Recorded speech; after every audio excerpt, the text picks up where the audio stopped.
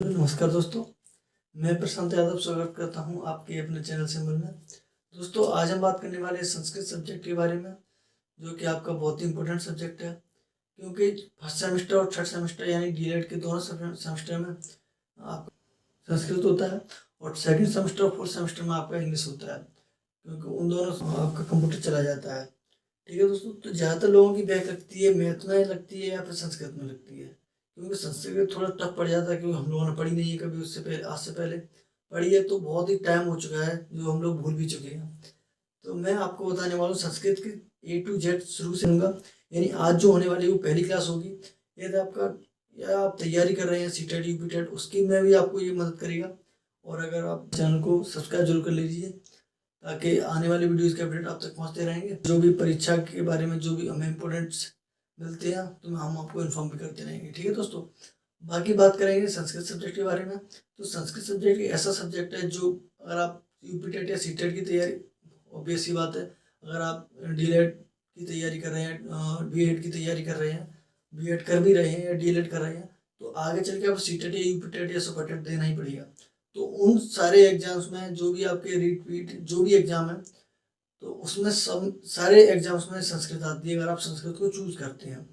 Otherwise आप English को भी कर सकते हैं, तो वो आपके ऊपर है। तो अगर आप सीटेट में या परीक्षा देना चाहते हैं, संस्कृत को सब्जेक्ट लेते हैं सेकंड भाषा में या द्वितीय भाषा दी जाती है, फर्स्ट भाषा तो आपकी हिंदी होती है, या जो भी आपकी मर्जी है लेना चाहें, बाकी तो उसमें आपकी बहुत मदद करने वाली है ये संस्कृत।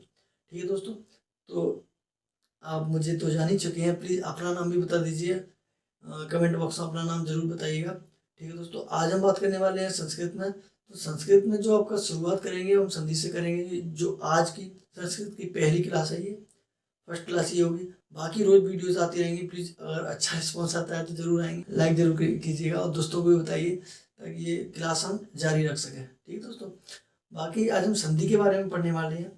संधि आपका बहुत इंपॉर्टेंट टॉपिक है, कि वहाँ से क्वेश्चन बहुत ज़्यादा बनते हैं। तो 2-3 क्वेश्चन तो आते ही आते हैं, 2-3 क्वेश्चन तो आपके यानी 5 या 10 नंबर की आपकी समझ लीजिए संधि आती है। आपकी गुण संधि हो गया, वृद्ध संधि हो गया, या फिर जो भी संधि है, हम सब में सबके बारे में बात करने वाले हैं। लेकिन आज स्वर संधि से स्टार्ट करेंगे। स्वर संधि में आपका आता है वृद्ध संधि, वृद्ध संधि की बात करेंगे। ठीक है दोस्तों, तो ठीक है, हम लोग स्टार्ट करते हैं स्वर संधि से। संधियां दोस्तों दो प्रकार की होती है, एक स्वर संधि और एक व्यंजन संधि। व्यंजन संधि स्वर संधि में ही आ जाती है आपकी एक विसर्ग संधि, या आप कह सकते हैं तीन प्रकार की होती है संधि। तो आपकी ये आ जाती है विसर्ग संधि। ठीक है दोस्तों, तो आज हम बात करने वाले हैं इन दोनों की स्वर संधि के बारे में। बाकी आने वाली वीडियोस में आपको व्यंजन संधि, विसर्ग संधि मिलेगी, फिर उसके बाद व्यंजन संधि मिलेगी। ठीक है दोस्तों, तो अभी हम इसको मिटा देते हैं, बस आपको बताने के लिए मैंने लिखा था। ठीक है, आज हम बात करने वाले हैं वृद्ध संधि के बारे में। वृद्ध संधि दोस्तों आपने कहीं भी पढ़ा हो, मुझे नहीं पता आपने कैसे पढ़ा है, लेकिन मैं आपको बताने वाला हूँ बहुत ही सिंपल तरीके से। यानी बहुत ही संधि लोग समझते हुए टफ होती है, लेकिन ऐसा कुछ नहीं है, बहुत ही सिंपल है। अगर आप अच्छे से तैयार कर लेते हैं एक बार, तो जरूर आपका क्लियर हो जाता है। संधि में कुछ नहीं है, अगर बस आपको 2-4 नियम है वो याद करने हैं। मैं इसका बहुत ही सिंपल तरीके से बताना चाहूँगा आपको। आ या बड़ा आ, यानी ये छोटा आ होता है आपका, ये तो पता ही हुआ, ये छोटा और ये बड़ा प्लस ए या आए, यानी छोटी है और बड़ी है। यदि छोटा आ या बड़ा आ के बाद ए या आए आ जाए तो हमारा सीधा बड़ी ए हो जाता है। ये बात सिंपल सी है, आप अपने दिमाग में डाल लीजिए, क्योंकि बहुत ही सिंपल सी है ये। इससे मैं संध्या भी बनाऊंगा, विच्छेद भी करवाऊंगा। और एक और है इसमें, आ या बड़ा आ के बाद ओ या औ आ जाए तो आपका औ हो जाता है। कहना कितना सिंपल दोस्तों। वृद्ध संधि ये समझो यहाँ से स्टार्ट हुई और यहाँ पर खत्म हो गई, और कोई नियम इसका है नहीं।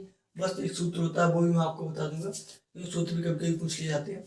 तो बाकी और कुछ नहीं है इसमें। अब चलो हम एक आपको इसका नियम भी लिखवा देते हैं, और उसके उसके हिसाब से आपके सारे क्वेश्चन भी सॉल्व हो जाएंगे। ठीक है दोस्तों, तो मैं नियम लिखवाना चाहूँगा आपको। ठीक है,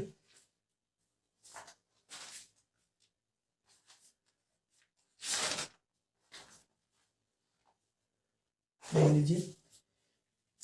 यदि संधि विच्छेद करते समय, यदि संधि विच्छेद करते समय अ या बड़ा आ के बाद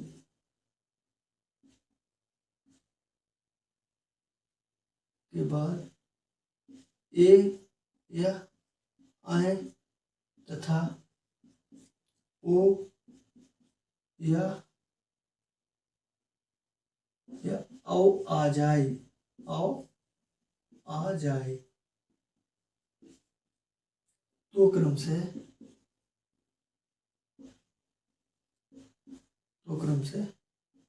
आए या आओ कर देते हैं। और कुछ नहीं है, जो मैंने अभी आपको शॉर्ट में लिखाया था वही मैंने आपको लॉन्ग में लिखा दिया, और कुछ है ही नहीं इसमें। ठीक है दोस्तों, तो इसी से आपके सारे क्वेश्चन हो जाएंगे वृद्ध संधि के केवल, क्योंकि इसमें वृद्ध संधि पहला, मैं वृद्ध संधि को मानता हूँ क्योंकि थोड़ा ये अच्छा लगता है, और ज़्यादातर इसी के बनते हैं। गुण संधि भी है, बाकी उसके उनके बारे में बताएंगे हर वीडियो में। हम एक संधि कवर करेंगे, ज़्यादा नहीं करेंगे, ताकि आपको भी दिक्कत ना हो और आपके आने वाले एग्जाम में आपकी तैयारी भी अच्छी हो जाए। क्योंकि एक संधि तो आप कवर कर सकते हैं 7 से 10 तक हम आपको एग्जाम्पल भी करा देंगे, उदाहरण इसके करा देंगे। तो उससे क्या होगा, आपके वो उसका एक्सपीरियंस हो जाएगा, आपको किस तरह से क्वेश्चन आते हैं और क्या हमें जवाब देना होगा सही। ठीक है दोस्तों, तो मैं अगर आप स्क्रीनशॉट लेना चाहते हो तो इसका स्क्रीनशॉट ले लीजिए एक बार, ताकि अगर आपको बाद में जरूरत पड़े तो जरूर पढ़ना है। ठीक है दोस्तों, बाकी मैं मिटाने वाला हूँ उसको, आज इसके एग्जाम्पल लिखने वाला हूँ। ठीक है दोस्तों,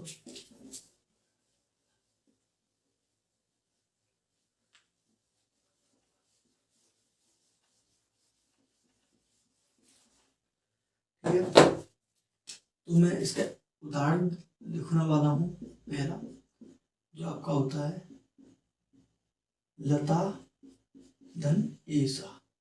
अब आप बता दीजिए इसका क्या होगा।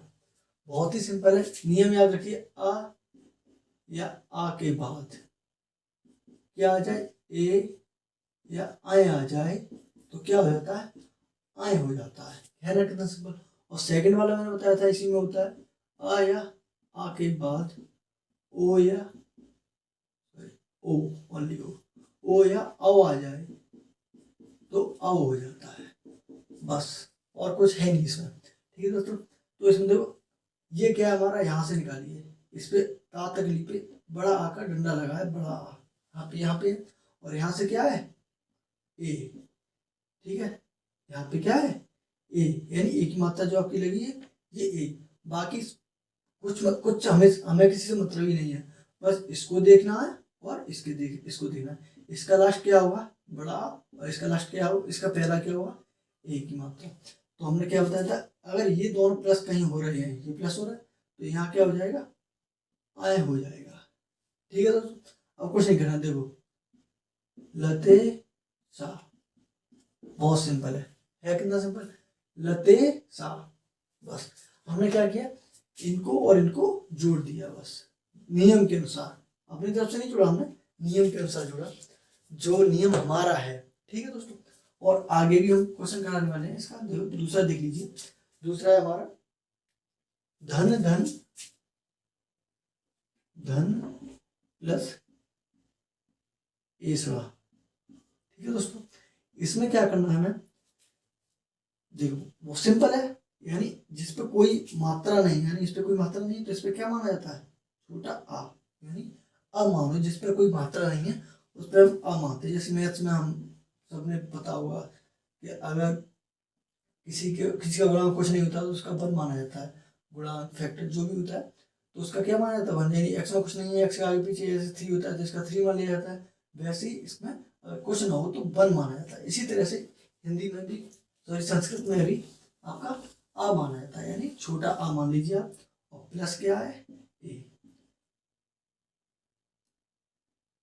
ठीक है, ये वाला हमारा लगेगा। ठीक है, ये वाला ही लग रहा है अब तक। तो क्या करेंगे हम, इसका क्या हो जाएगा, प्लीज कमेंट करके जरूर बताइएगा जरूर।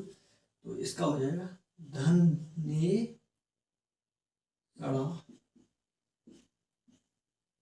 ठीक है ना, कितना सिंपल दोस्तों।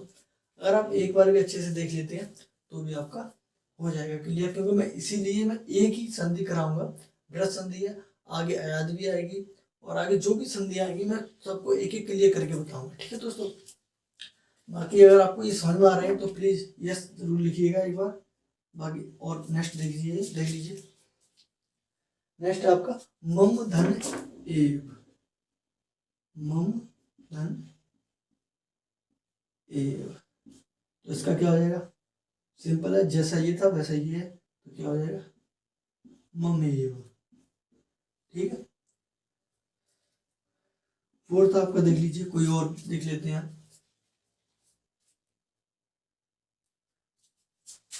अत्र धन एव, तो इसका क्या हो जाएगा अत्र। ठीक है दोस्तों, बहुत ही सिंपल है, हमें तैयारी करनी है बस इसकी, बहुत ही सिंपल से आते हैं, बस आपको एक बार देखना है। क्यों, संस्कृत भाषा बहुत कम लोग पढ़ते हैं तो उसकी वजह से क्वेश्चन में फंस जाते हैं, लेकिन ऐसा नहीं है। जब अगर आप थोड़ी सी भी तैयारी कर लेते हैं हमारे साथ, हमारे चैनल से जुड़ के, तो आपका संस्कृत सब्जेक्ट क्लियर हो जाएगा और अच्छे नंबर आएंगे, मेरी गारंटी है ये। बस आप रोज की रोज क्लास लेते रहिए, रोज एक क्लास में डालने वाला हूँ। और आपको किसी और सब्जेक्ट में दिक्कत आ रही है तो वो भी हमें प्लीज़ कमेंट करके बताइए, तो उसकी भी क्लास हम लगा देंगे। जैसे आपका समावेश शिक्षा है या फिर मैथ्स है, उसकी भी क्लास लगाएंगे। हमारे और भी सर हैं, उनसे बोल के हम लगवा सकते हैं। ठीक है, तो और भी हम चलो और करते हैं बाकी बात आपका, और नेक्स्ट देख लेते हैं। अब ऐसा करते हैं, हम उल्टा चलते हैं, यहाँ से इधर लाते हैं। ठीक है, अब हम इधर वाले हम लिखेंगे, हमें क्या करना, उनको तोड़ना है, क्योंकि दोनों तरफ से आ जाते हैं क्वेश्चन आपके। अब देखो नेक्स्ट लिख लीजिए आप इस तरह से, ए कै कम। ठीक है दोस्तों, ये क्या है, ए कै कम। तो हम इसको संधि विच्छेद करेंगे, इसको अलग अलग तोड़ेंगे, तो इसका क्या हो जाएगा, बहुत ही सिंपल है।